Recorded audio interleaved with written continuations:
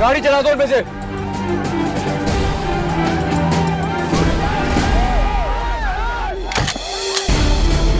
आवाज नहीं आ रही किसी को क्या? जान से मार दूंगा।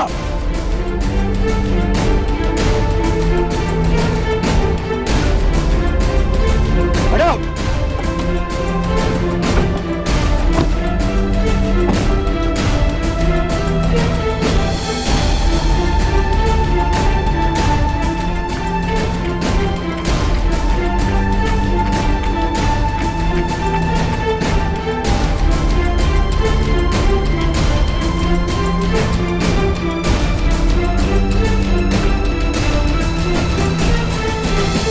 पब्लिक प्लेस पर उसका हाथ पकड़कर इजहार मोहब्बत करने की जरूरत क्या थी तुम्हें? शर्म नहीं आई तुम्हें? मेरे बाप दादा की इज्जत, उनके खानदानी वकार को मिट्टी में मिला दिया है तुमने।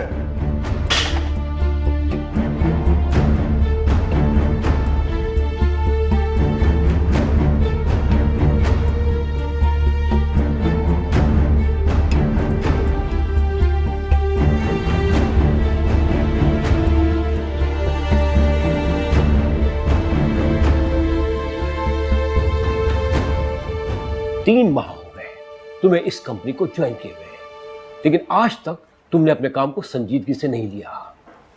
तुम्हारा ध्यान काम पर कम और दूसरी एक्टिविटीज पर ज्यादा है। सुना है कुछ एनजीओज वाले हैरेसमेंट के नाम पर दबाव डालकर तुमसे कुछ बुलवाना चाह रहे हैं? सर, मैं उन्हें पहले से ही इनकार कर चुकी हूँ। मैं किसी के दबाव में आके किसी के खिलाफ बात नहीं करूंगी।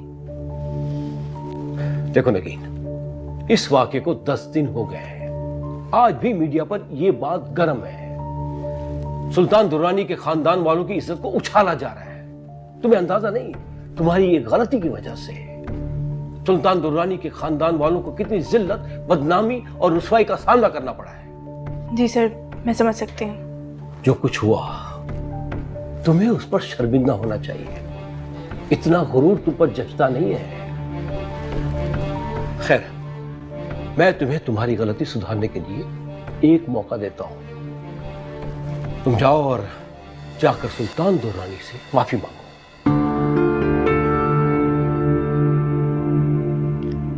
सर, माफी गलत बात पर मांगी जाती है और फिर उनके आगे मेरी औकात ही क्या है जो आज मेरी माफी इतनी कीमती हो गई। नगीन, तुम्हें मीडिया पर जाकर अपनी गलती का इतराफ करना होगा या फिर सुल्तान दुर्रानी के खानदान वालों के सामने जाकर माजरत करनी होगी। सर, मैं मीडिया पर नहीं जाऊंगी और ना ही मीडिया पर जाकर माफी मांगूंगी। अभी तक तो मेरा नाम नहीं उछाला जा रहा, लेकिन इसके बाद मेरा नाम उछाला जाएगा। इस एक खबर को एक चटपटी खबर बनाकर पेश किया जाएगा। सर, मैं बदनाम हो जाऊंगी, मेरा घर से बाहर निकलना मुश्किल हो जाएगा। अगर आप मुझे नौकरी से निकालना चाहते हैं तो निकाल दीजिए।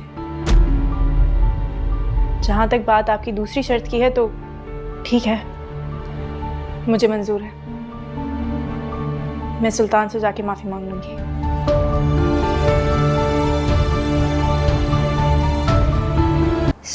सर, बाहर कोई नकाबपोश खातून आपसे मिलने आई हैं। मुझसे मिलने आई क्यों? सर, पता नहीं, वो अपना नाम भी नहीं बता रही। मैंने उनसे कहा है कि आप नहीं मिल सकते, लेकिन वो बहुत इसरार कर रही हैं। भेज दो उन्हें अंदर। Okay sir.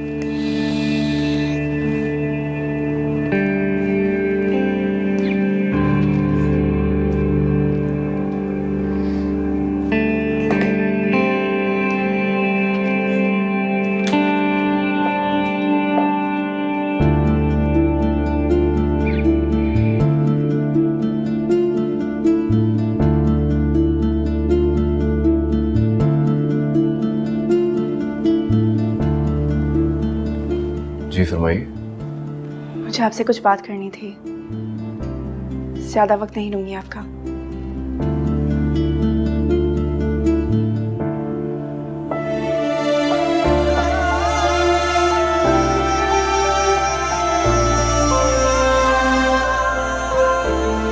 आप जी, बहुत दिनों से सोच रही थी कि आपसे आके बात करूं, लेकिन हिम्मत नहीं हो रही थी। आप नकाब पहनकर क्यों आई? मैं ये नहीं चाहती थी कि आपका कोई फैमिली मेंबर या फिर मीडिया वाले मुझे यहाँ आते हुए देखें और फिर से कोई नया स्कैंडल बन जाए। पहले ही आपकी काफ़ी बदनामी हो चुकी है। चलें, कम से कम आपने कबूल तो किया।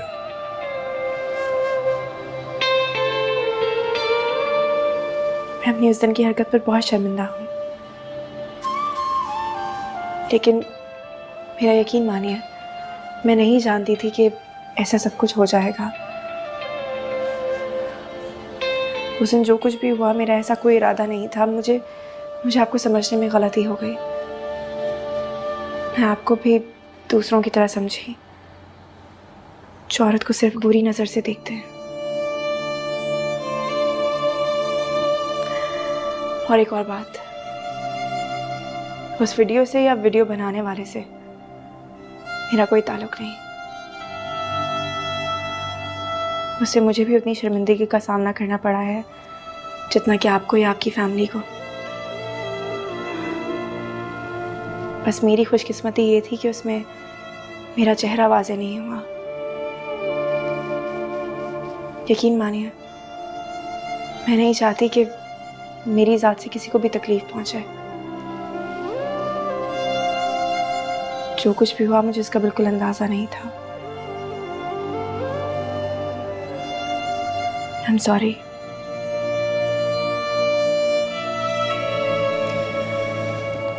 कितनी आसानी से तुम एक लफ्ज कहकर अपने ज़मीर का बोझ हल्का करना चाहती हो। तुम्हें क्या लगता है, तुम्हारे इस एक लफ्ज को कह देने से मेरी खोई हुई इज्जत और वकार मुझे वापस मिल जाएगा?